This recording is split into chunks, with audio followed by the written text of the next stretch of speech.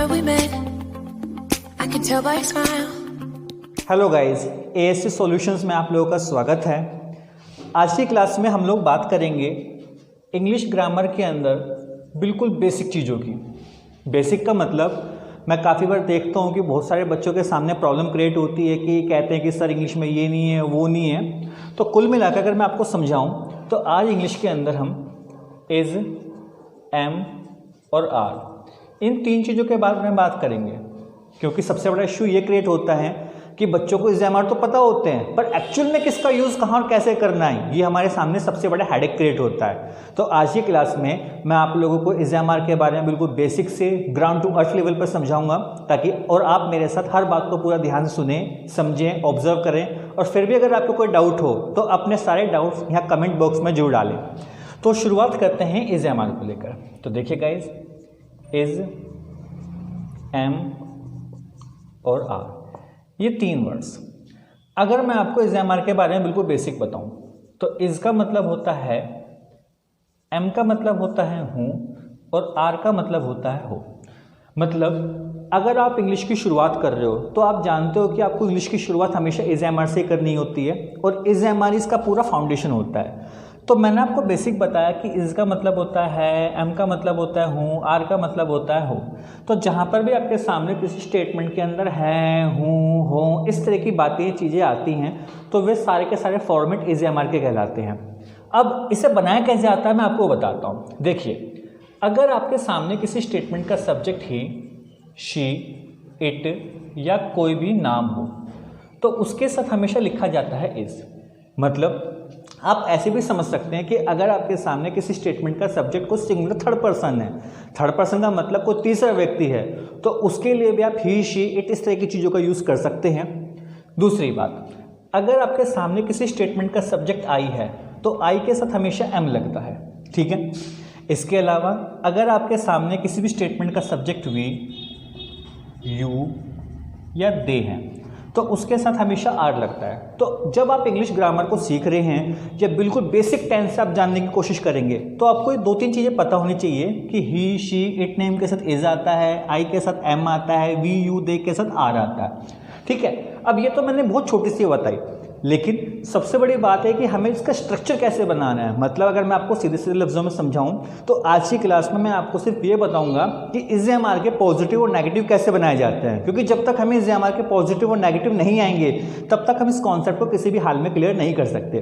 तो मैं आपको बताता हूँ कि अगर आप किसी भी स्टेटमेंट के अंदर इज़, एम, आर का पॉजिटिव बनाना चाहते हो तो सबसे पहले आप कुछ चाहिए सब्जेक्ट, उसके बाद इज़, एम, आर में से कोई एक चीज़, उसके बाद अगर सेंटेंस में कहीं नहीं है तो नोट लगाना है, वरना नोट लगाने की कहीं से कहीं तक कोई ज़रूरत नहीं है। और लास्ट में आता है ऑब्जेक्ट और काम खत्म। मतलब आपको ये बात बहुत अच्छे से ऑब्जर्व करनी है कि अगर आप इज़, एम, आर बना रहे हो तो सब्जेक्ट, जिसको हिंदी में बोलते हैं कर्ता, इज़, एम, आर ये होती है हेल्पिंग वर्ब, नोट और ऑब्जेक्ट, इनका अपने आप में काफ़ी बड़ा रोल प्ले होता है। अब इश्यू ये नहीं है, इश्यू ये है कि आप सब्जेक्ट को भी पहचान लोगे, नेगेटिव होगा तो नोट भी लगा दोगे, ऑब्जेक्ट की भी पहचान कर लोगे। इश्यू ये होगा कि इज़, एम, आर कैसे लगाएं। तो इज़, एम, आर को लगाने का सबसे सिंपल तरीका ये है कि आप इस चार्ट को याद करो। मतलब आप ये देखिए कि अगर आपका सब्जेक्ट ही, शी, इट यानी कि आपका ये वाला सब्जेक्ट ही, शी, इट या नेम है तो क्या लिखोगे, इज़। अगर आपका सब्जेक्ट आई है तो क्या लिखोगे, एम। और अगर आपका सब्जेक्ट वी, यू, दे है तो क्या लिखोगे, आर। तो कुल मिलाकर आपको इस तरह से बातें समझनी है। अब इस तरह की बातों को समझते हुए सब्जेक्ट लेना है, इज़, एम, आर में से चीज़ें लेनी है, सेंटेंस नेगेटिव है तो नोट लेना है, ऑब्जेक्ट लेकर सेंटेंस को पूरा फिनिश करना है और अपने प्रोसेस पर आगे बढ़ना है। अब इस छोटी सी बात को बताने के लिए मैं आपको 3-4 एग्जांपल्स दूंगा, हिंदी में दूंगा, इंग्लिश में दूंगा, आप मेरे साथ प्रैक्टिस करना। फिर भी अगर आपको कोई डाउट हो या कम प्रॉब्लम हो तो आप मुझे कमेंट बॉक्स में लिखकर जरूर भेजें। अब जैसे मैंने आपसे कहा, मैं एक राजा हूं, मैं एक राजा हूं। अब आप कंफ्यूज मत होइए, आप सबसे पहले देखिए सेंटेंस का सब्जेक्ट क्या है, मैं। अब आपको ये बात भी ध्यान रखनी है कि सेंटेंस का सब्जेक्ट की पहचान कैसे की जाए। तो सेंटेंस का सब्जेक्ट वो होता है एक ऐसा पार्ट जिसके बगैर सेंटेंस बन ही नहीं सकता, वो सेंटेंस का सब्जेक्ट होता है और वो हमेशा सेंटेंस के शुरू में आता है। तो जिससे मैंने कहा मैं, तो मैं को इंग्लिश में बोलते हैं आई। अब आपने सब्जेक्ट लिखा आई तो उसके बाद आपको इज़, एम, आर में से कोई एक चीज़ लिखनी पड़ेगी, ये कन्फर्म है। लेकिन लिखोगे क्या? जब तक हमें ये नहीं पता होगा तो कन्फ्यूज़न। तो इस कन्फ्यूज़न को तोड़ने के लिए मैंने आपके सामने चार्ट दिया था। अब आप देखो यहाँ पे आई कहाँ है, ये रहा। अब ये आई आ गया तो आई के साथ क्या लगता है? एम। तो आई एम ए किंग, काम खत्म। तो इस सेंटेंस को आप ऐसे बना सकते हो। पर अगर मैं आपसे बोलता कि मैं एक राजा नहीं हूं, मैं एक राजा नहीं हूं, और इस सेंटेंस को मैं नेगेटिव बना देता, तो सेंटेंस बिल्कुल सिंपल फॉर्मेट में बनता। सब्जेक्ट आई के बाद एम। अब देखो ए किंग हमारा ये कहीं ना कहीं ये किंग ऑब्जेक्ट है, ए आर्टिकल है, और हमें सेंटेंस को नेगेटिव बनाना है, तो ऑब्जेक्ट से पहले हमें क्या यूज करना पड़ता है? नॉट। तो आप इस सेंटेंस को ऐसे बना सकते हो, I am not a king. तो आपको इस तरीके से छोटी छोटी बातें समझनी है, ऑब्जर्व करनी है। अब जैसे मैं तुम्हें एक दो एग्जाम्पल और देता हूं ताकि आप मेरी बातों को समझ सके। मैंने आपसे कहा